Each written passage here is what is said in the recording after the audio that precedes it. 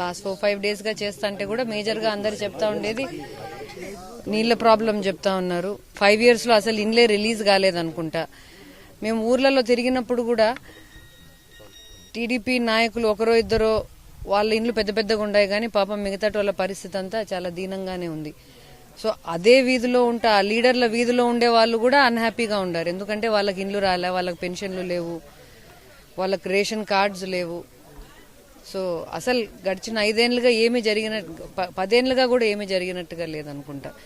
అందరూ రాజశేఖర రెడ్డి సార్ వచ్చినప్పుడు మాకు రోడ్లు వచ్చినాయి, రాజశేఖర రెడ్డి సార్ ఉన్నప్పుడు మాకు ఇండ్లు ఇచ్చినారు, మాకు రేషన్ కార్డులు ఇచ్చినారు అనే చెప్తారు. వాళ్ళందరికీ తెలుసు అనుకుంటా చంద్రబాబు చేసే మోసం చూస్తున్నారు అనుకుంటా. జగన్ అన్న ఇచ్చిన హామీలు కూడా వాళ్ళకి నమ్మకం ఉంది.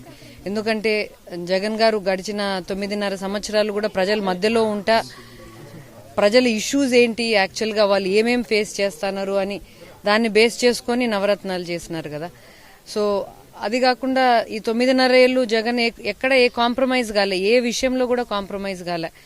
తన విలువల విషయంలో గాని ఒక నిజాయితీతో రాజకీయాలు చేయడం విషయంలో గాని తను నిరూపించుకున్నాడు. అంటే మధ్యలో ఎంతో మంది రకరకాలుగా మాట్లాడిండొచ్చు, రైట్ ఆఫ్ చేసిండొచ్చు, కానీ ఆయన ధైర్యము, ఆయన చూపించిన విశ్వసనీయతనే ఆయన నిలబెట్టింది. ఈరోజు ప్రజలందరూ నమ్ముతున్నారు. ఈయన ఒకసారి చెప్పినాడంటే చేస్తాడు అనే నమ్మకం ఉంది.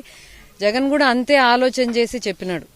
చేసిన నవరత్నాలు గాని చెప్పిన ప్రామిసెస్ అన్ని కూడా అంతే ఆలోచన చేసి చెప్పి